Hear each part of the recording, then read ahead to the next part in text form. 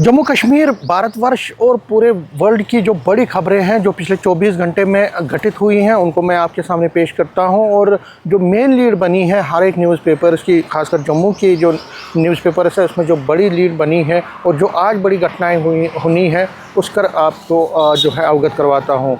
अगर पिछले कल की घटनाओं की बात, पिछले 24 घंटे की जो घटनाएं हुई हैं और जो न्यूज़पेपर्स में छाई हुई हैं वो ऑब्वियसली जो आज आरक्षण बिल पेश हो रहा है पार्लियामेंट में, जो reservation bill, women reservation bill पेश हो रहा है 3 दिन का। ये इस पर बजट सत्र के दौरान चर्चा होगी और 18 तारीख को यानी कि परसों उस पर वोटिंग होगी। और ज़ाहिर तौर पर जिस तरह का रुझान लग रहा है पॉलिटिकल पार्टीज़ का, तो सभी पॉलिटिकल पार्टीज़ उसको पास करवाने के हक़ में है। इसके साथ साथ वुमेन रिज़र्वेशन बिल के साथ साथ जो डिलिमिटेशन है, डिलिमिटेशन एक्ट जो है वो डिलिमिटेशन अमेंडमेंट एक्ट है, उसको भी पेश किया जाएगा। और उस पर दोनों सदनों में आज प्रधानमंत्री भी बोलेंगे, प्रधानमंत्री का संबोधन है इस पे। और क्योंकि देखिए डिलिमिटेशन अगर होता है और वुमेन रिजर्वेशन बिल पास होता है तो जो अभी की एग्जिस्टिंग संख्या है पार्लियामेंट की 542 की, उसको बढ़ाकर वो 850 हो जाएगा। और इसी तरह से जो अगर हम जम्मू कश्मीर की बात करें, जिस तरह मैंने कल भी कहा कि जो इस वक्त 5 सीटें हैं पार्लियामेंट की वो 12 को पहुँच जाएंगी। इसी के साथ जो असम्बली सीट्स हैं मुख्तलिफ यूटीज़ के और स्टेट्स के, उनकी भी संख्या बढ़ने वाली है। क्योंकि वो जो वुमेन रिजर्वेशन बिल है उसमें 33% आरक्षण है महिलाओं को, तो उस हिसाब से महिलाओं को भी आरक्षण मिले और जो एग्जिस्टिंग स्ट्रक्चर है उसमें भी कोई ज़्यादा प्रॉब्लम ना हो।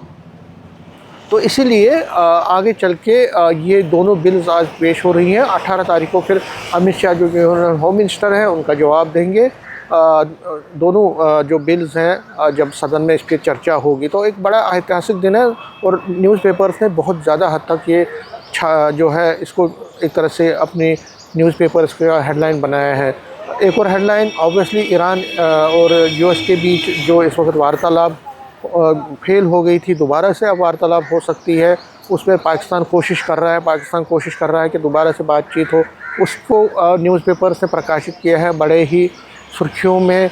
और कहीं ना कहीं अब पाकिस्तान की ये कोशिश है कि जो अभी एग्जिस्टिंग 2 हफ्ते का सीज़ फायर है उसको बढ़ाया जाए, उसमें और वृद्धि की जाए, उसके लिए वो कोशिश कर रहा है। अब वो कितना सफल होता है उसमें, और हालांकि यूएस के प्रेसिडेंट डोनाल्ड ट्रंप ने भी एक अच्छा बयान दिया है। उन्होंने कहा कि हम बातचीत से ही मसले को हल करवाना चाहते हैं। तो उस पर नज़र न्यूज़पेपर्स ने भी हेडलाइंस बनाई और आज भी उस पर नज़र रहेगी।